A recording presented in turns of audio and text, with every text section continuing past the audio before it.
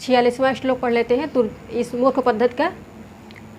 शशि दिवस धूसरो गलित यौवना कामिनी सरो विगत वारिजं मुख मन अक्षरं स्वाकृतेः प्रभुर्धन परायणः सतत दुर्गतिः सज्जनः नृपांगणगतः खलः मनसि सप्तशल्यानि मे नृपांगणगतः खलः मनसि सप्तशल्यानि मे।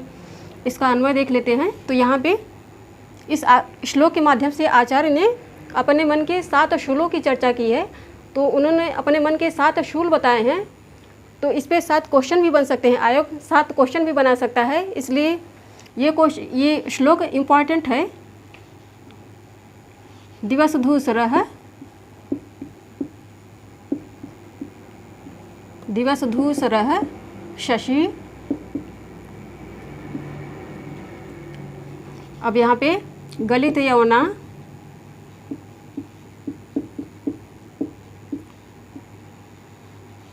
कामिनी, दोनों ही प्रथमांत हैं स्त्रीलिंग में। ये भी इकारांत स्त्रीलिंग है प्रथमा एक वचन में। दूसरा यह प्रथमांत, यह भी पुल्लिंग है, प्रथमा एक वचन में बन रहा है। अब विगत वार्जम सरह,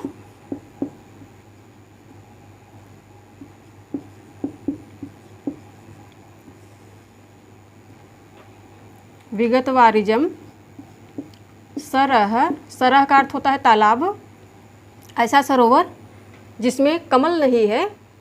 दिन में मलिन चंद्रमा, ऐसी स्त्री जिसकी तरुणाई या यौवनावस्था बीत चुकी है, और कमल रहित तालाब।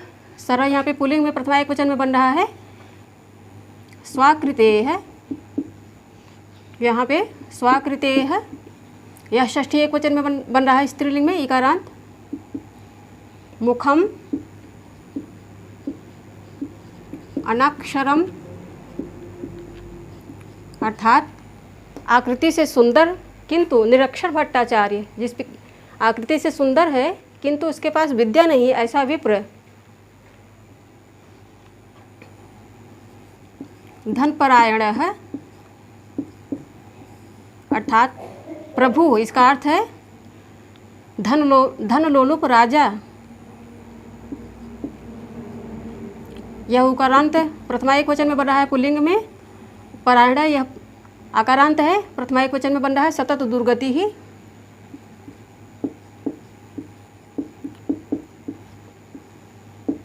सज्जनः, ये इकारांत है, प्रथमा एक वचन बन रहा है। सज्जनः प्रथमांत है पुल्लिंग में, अर्थात निरंतर विपदाग्रस्त सज्जन। नृपांगणगतः खलः, अर्थात ऐसा दुष्ट जिसकी पहुँच राजा तक हो गई है। अब दुष्ट है और पहुँच भी राजा तक हो गई है तो निश्चित है कि वो आम जनता को प्रताड़ित करेगा ही, इसीलिए यह शूल का कारण है। नृपांगणगतः खलः इति सप्त मे मनसि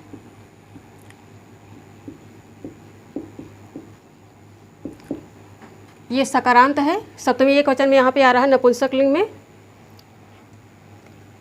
मेरे यहाँ पे ये अस्मद शब्द है और विकल्प में आ रहा है ये षष्ठी में आ रहा है प्रथमा एक वचन में। सप्त ये संख्या है, विशेषण है। इति अव्यय है। शल्यानि यह नपुंसक लिंग में है, प्रथमा बहुवचन में शल्यानि।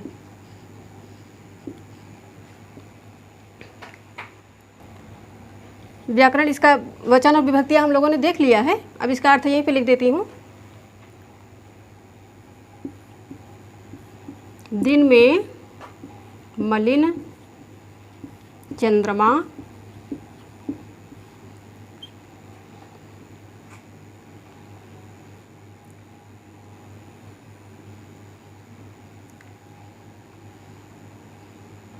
गलित यौना कामनी,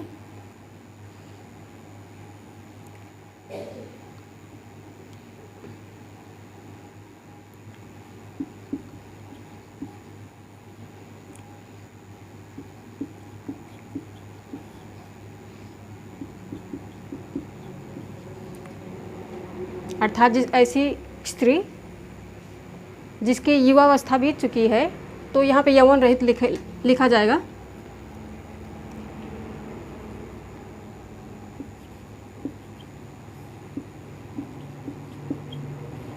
कमल रहित तालाब, आकृति से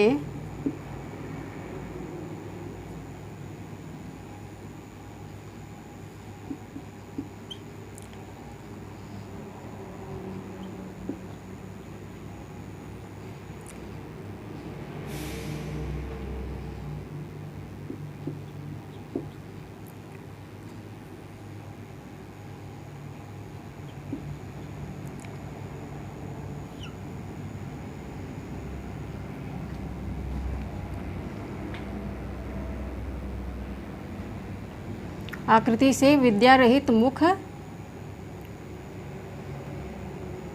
यहाँ पे ये आकृति से यहाँ पे अर्थ आ रहा है, तो ये पंचमी भी बनेगा, स्त्रीलिंग पंचमी एक वचन में बन रहा है, स्वाकृतेह।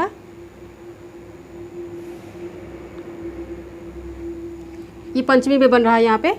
अब धन परायण है,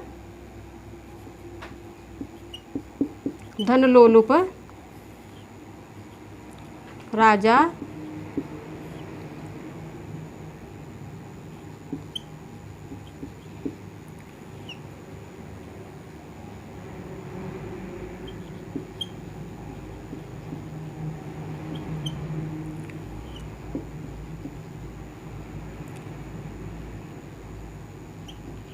निरंतर विपदाग्रस्त है, अर्थात ऐसा विद्वान जिसके ऊपर विपदा निरंतर पड़ रही है, आपदग्रस्त है, विपदग्रस्त है वो।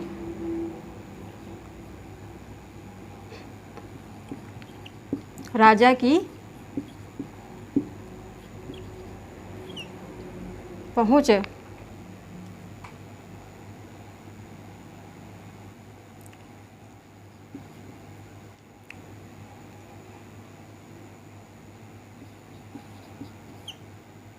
दुष्ट,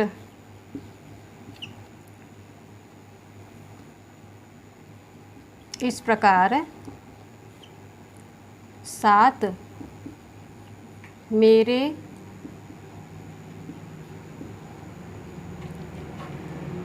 मन में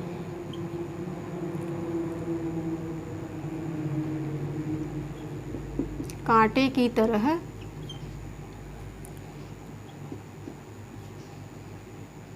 या सात मेरे मन में खटकते हैं भी कह सकते हैं, सीधे सीधे एक ही शब्द में कहेंगे, खटकते हैं, या ये सात मेरे मन को दुखी करते हैं, दुख देते हैं। ये सारा अर्थ यहाँ पे निकल आया।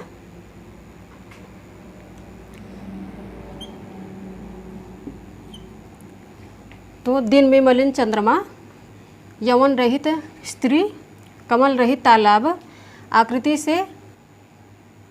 से विद्या रहित मुख वाला विप्र, आकृति से विद्या रहित मुख वाला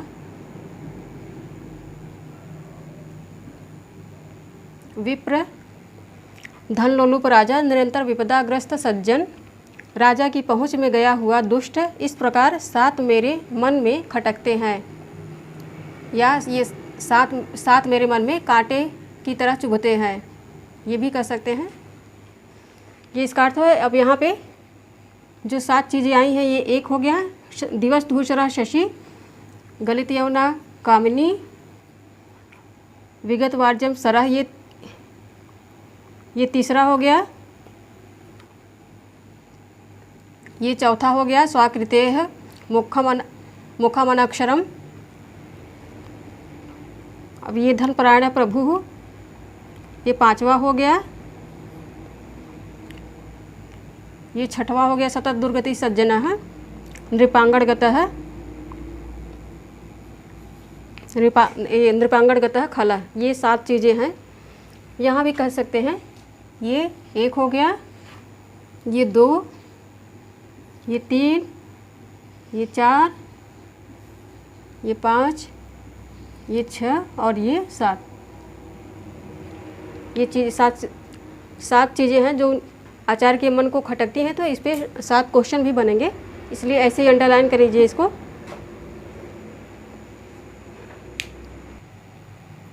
आइए अब ये 46वें श्लोक का जो आचार्य ने अपने मन के सप्तशल्य बताए हैं, शूल बताए हैं, इसमें एक समासिक शब्द काफ़ी आए हैं, तो देख लेते हैं पहले। इसके पश्चात व्याकरण देखेंगे। गलित यौना कामनी है, गलितम यौनम यस्या सा, यहाँ पे बहुव्रीहि समास बन रहा है। ये सब जो सामासिक पद यहाँ पे आ रहे हैं ये सब इम्पॉर्टेंट है, इनको इग्नोर मत करिएगा। ये ऐसे ही पदों को रेड पेन से अंडरलाइन करके इसको याद करना है। तो अब यहाँ पे दूसरा है विगत वारिजम, यहाँ पे विगतानि वारिजानि यस्य, यहाँ पे भी बहुव्रीहि समास बन रहा है। विगत वारिजम यह पद यहाँ पे इस तरह से नपुंसक लिंग बन रहा है, नपुंसक लिंग एक वचन में बन रहा है। स्वाकृते है शोभना आकृति ही, यस्य स आकृति ही, यस्य स आकृति, यहाँ पे बहुव्रीहि समास बन रहा है। अनक्षरम अविद्यमानम अक्षरम यत्र तत, नय्य बहुव्रीहि समास बन रहा है इस पद में, नय्य बहुव्रीहि। धन परायण परम अयनम परायणम, यहाँ पे कर्मधारय समास बन रहा है। धनमेव परायणम यस्य स, धन परायण, यहाँ पे बहुव्रीहि समास बन रहा है, अर्थात धन के ही पीछे जो रहता है, धन ही जिसका सब कुछ है, धन परायण। सतत दुर्गति ही दुष्टा गति ही दुर्गति ही, यहाँ पे कर्मधारय समास बन रहा है। सतता सततम व दुर्गति ही यस्य स, यह बहुव्रीहि भी दिखा रहा है। बहुव्रीहि और कर्मधारय दोनों ही सतत दुर्गति का विच्छेद बहुव्रीहि और कर्मधारय दोनों ही तरह से हो रहा है। तो यह पद यहाँ पे इसको ऐसे स्टार लगा के रखिए, क्योंकि ये इम्पोर्टेंट है, ऐसे पूछ लेगा। नृपांगणगतः नृपस्य अंगाम, यहाँ पे षष्ठी तत्पुरुष बन रहा है। तत्गतः द्वितीया तत्पुरुष बन रहा है। और यहाँ पे ये जो अड़ाकार आ रहा है, इसको कुमतिच से न के स्थान पे ये अड़ा आ रहा है, कुमतिच सूत्र से न को अड़ा हो रहा है, तो यह भी इम्पॉर्टेंट है। नृपांगणगतः, इसका व्याकरण अब देखते हैं। अब ये 46वें श्लोक का व्याकरण देख लेते हैं। तो यहाँ पे गलितम है, यहाँ पे गल धातु है, अक्ता प्रत्यय है कर्तव्य में। यौवनम, यहाँ पे युवन प्लस अण प्रत्यय लगा के बना है, और ये हाय नान्त युवा दिभ्योड़ से ये अण प्रत्यय यहाँ पे आ रहा है, इस सूत्र से आ रहा है। सूत्र भी देखे रहिए, ऐसे ही इसको अंडरलाइन कर लीजिए, ऐसे पद के बगल में लिख के इसको अंडरलाइन करिए। कामिनी, यहाँ पे काम प्लस इनी प्लस इंगी प्रत्यय लग के ये शब्द बना है कामिनी। वारिजम, वारि प्लस जन धातु है, ड प्रत्यय है, सप्तम्याम जन्नड सूत्र से यहाँ पे ड प्रत्यय लग रहा है। अब इस श्लोक में पृथ्वी छंद है, पृथ्वी छंद है, और ये शब्द इसके व्याकरण है। ये सूत्रों को ऐसे ही अंडरलाइन करके रखिए। इसका 47वां श्लोक पढ़ लेते हैं।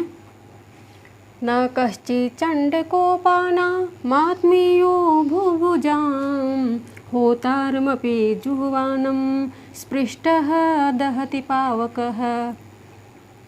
अब इसका अन्वय कर लेते हैं।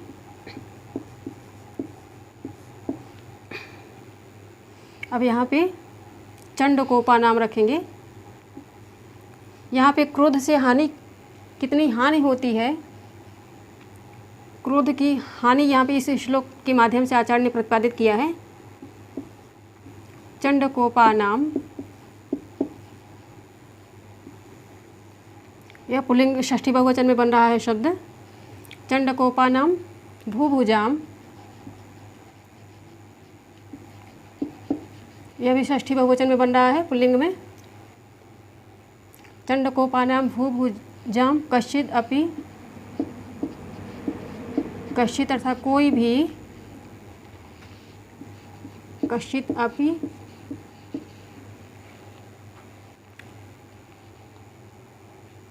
कश्चित् अपि न, अब यहाँ पे न को रखेंगे, न आत्मीयः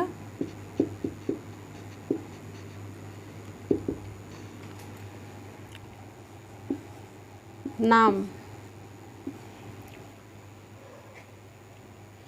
अब यहाँ पे जुह्वानम को रखेंगे।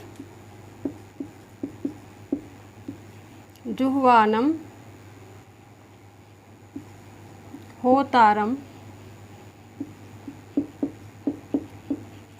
होता होतारा होतारा इसका रूप चलता है। यह द्वितीय एकवचन में बन रहा है पुल्लिंग में। होतारम अपि, अपि रखेंगे। इसके पश्चात पावक, पावक माने अग्नि होती है। जुह्वानम होतारम अपि पावकः,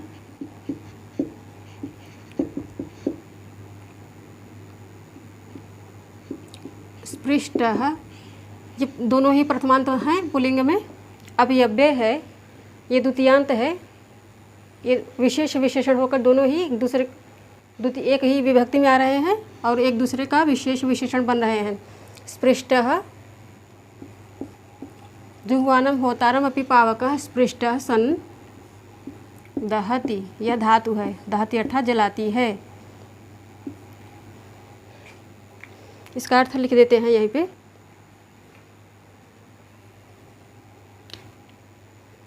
चंडकोपानाम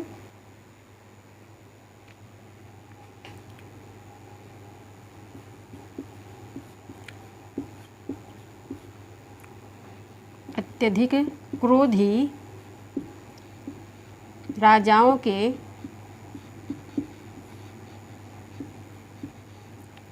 के कोई भी, कश्चित का अर्थ है कोई भी, यहाँ पे आत्मीय है। आत्मीय इसका अर्थ है अपना या प्रिय। कोई भी अपना नहीं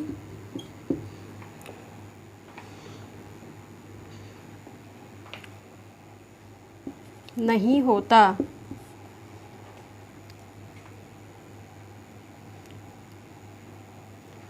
जुह्वानम होतारम, होतारम यहाँ पे यज्ञकर्ता,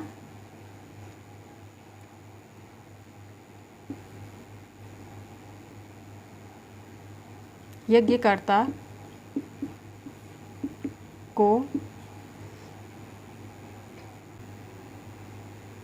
हवन, जुह्वानम हवन होता है। हवन करते हुए यज्ञकर्ता को, यहाँ पे भी है, आप ही है तो भी लिख देंगे। हवन करते हुए यज्ञकर्ता को भी अग्नि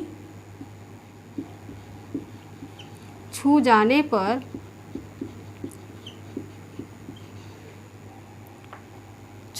पर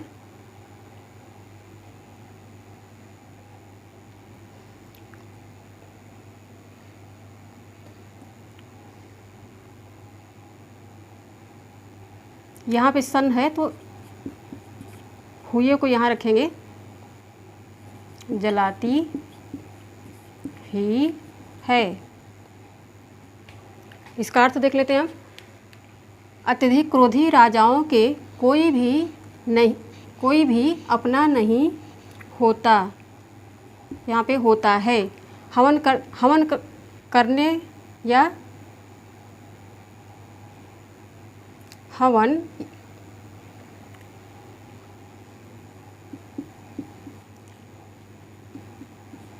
करते हुए यज्ञकर्ता को भी अग्नि छू जाने पर जलाती ही है। यहाँ सन का अर्थ होता है हुए, करते हुए, कर्ता, यह कंटिन्यूटी की सूचना देती है। यहाँ पे इसी में भाव आ रहा है इसलिए इसको यहाँ पे लिख दिया है। और इसका अर्थ हुए ही होता है, तो यहाँ पे न लिखेंगे तब भी कोई दिक्कत नहीं है। हवन करते हुए, और पढ़ लेते हैं। अत्यधिक क्रोधी राजाओं के कोई भी नहीं अपना या अपना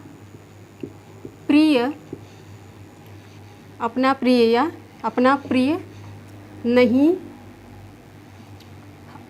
अत्यधिक क्रोधी राजाओं के कोई भी नहीं अपना या प्रिय होता है। हवन करते हुए यज्ञकर्ता को भी अग्नि छू जाने पर, यहाँ पे सन को ना भी रखेंगे तभी कोई दिक्कत नहीं है, क्योंकि अर्थ अपने आप निकल रहा है तो सन को हटा देंगे। तो हवन करते हुए यज्ञकर्ता को भी अग्नि छू जाने पर जलाती ही है। ये आराम से इसका अर्थ निकल आया है। सन की आवश्यकता नहीं है यहाँ पे। वाक्य को बैठाने के लिए मैंने सन लिखा था यहाँ पे, लेकिन इसकी आवश्यकता नहीं है। ये हो गया इसका अर्थ है। अब इसका व्याकरण देख लेते हैं। समास है इस श्लोक में, एक ही समास समस्त पद आया है। चंडकोपा नाम, चंडः कोपः ये शाम ते चंडकोपा। बहुब्रीहि समास बन रहा है इसमें, यह बहुब्रीहि समास है इसमें। व्याकरण है भूभुजाम, भू धातु है भूभुजाम, भू प्लस जन प्लस क्विप धातु है यहाँ पे, क्विप प्रत्यय है और संबंधित षष्ठी से इस पद में षष्ठी विभक्ति आ रही है। भूभुजाम, भू से यहाँ पे पृथ्वी का अध्याहार हो रहा है। यहाँ पे धातु नहीं है, ये थोड़ा सा कन्फ्यूजन हो रहा था। यहाँ पे जन धातु है। जुह्वानम, यहाँ पे हु धातु है, शानच प्रत्यय लगा है, तो ये जुह्वानम बना इस तरह से। होतारम है, यहाँ पे हु धातु है, त्रिच प्रत्यय लग रहा है कर्तर में है ये। पावक है, यहाँ पे पु धातु है, यह पवित्र करने के अर्थ में आती है। और यहाँ पे नुल प्रत्यय है, तो इसका अर्थ है पावक अर्थात पवित्र करने वाला। ये प्रत्यय वाला वाली में आता है नुल प्रत्यय। दहत, यहाँ पे दह धातु है, लट लकार है। लट लकार में प्रथम पुरुष एक वचन बन रही है और इस श्लोक में छंद अनुष्टुप आ रहा है। अच्छे से नोट्स बनाइए साथियों आप लोग और अभ्यास कीजिए, और ज़्यादा से ज़्यादा अपने जो आपके संपर्क में है आप लोगों के उनको भी भेजिए, लिंक भेजिए इसका, उनको भी बताइए ताकि उनको फ़ायदा हो, उनकी तैयारी अच्छे से हो सके। और ये उदयाचलम TGT जो इसका टेलीग्राम चैनल है, वहाँ पे उसमें मैटर डाला जाएगा। इसका ग्रुप भी 1-2 दिन में बनवा देंगे और सबको आप लोगों को वहाँ पे जोड़ देंगे। और अभी कुछ तकनीकी कारणों से मैं मैटर नहीं दे पा रही थी PDF, और क्योंकि एक ही अभी शिवराज विजय का ही PDF डाला है उस पर, और अभी कुछ नहीं पड़ा है। अभी किराता दुनियम ग्रंथ पूरा हो गया, उसका भी PDF डालना है, और इसके पश्चात अभिनीति शतकम भी जल्दी ही पूरा हो जाएगा, इसका भी डालना है। तो जैसे जैसे जो ग्रंथ पूरे हो जाएंगे उनका मैं PDF मूल वाचन के लिए आप लोगों को दूंगी। और प्रश्नोत्तर के रूप में जो अभी टंकड़ की थोड़ी सुविधा नहीं है, जैसे ही व्यवस्था हो जाएगी जो क्वेश्चन आंसर हो उसका भी, और ये जो व्याकरण वाली सामग्री है यहाँ पे अभी मैं लिख के ऐसे दे रही हूँ, इसको भी कोशिश करूँ कि आप लोगों को PDF के रूप में दे दूँ। और नहीं PDF के रूप में दे पाई तो कोशिश करूँगी इसको पब्लिश करवा दूँ किताब के रूप में। बहुत उसकी कीमत नहीं रहेगी, आप लोगों के सुविधा के अनुसार ही होगी कीमत, और बता दूंगी जैसे ये पूरा हो जाएगा। कोशिश करूंगी कि जल्दी ही ये सब काम हो आप लोगों को, ताकि इससे मदद मिले। धन्यवाद मुझे सुनने के लिए।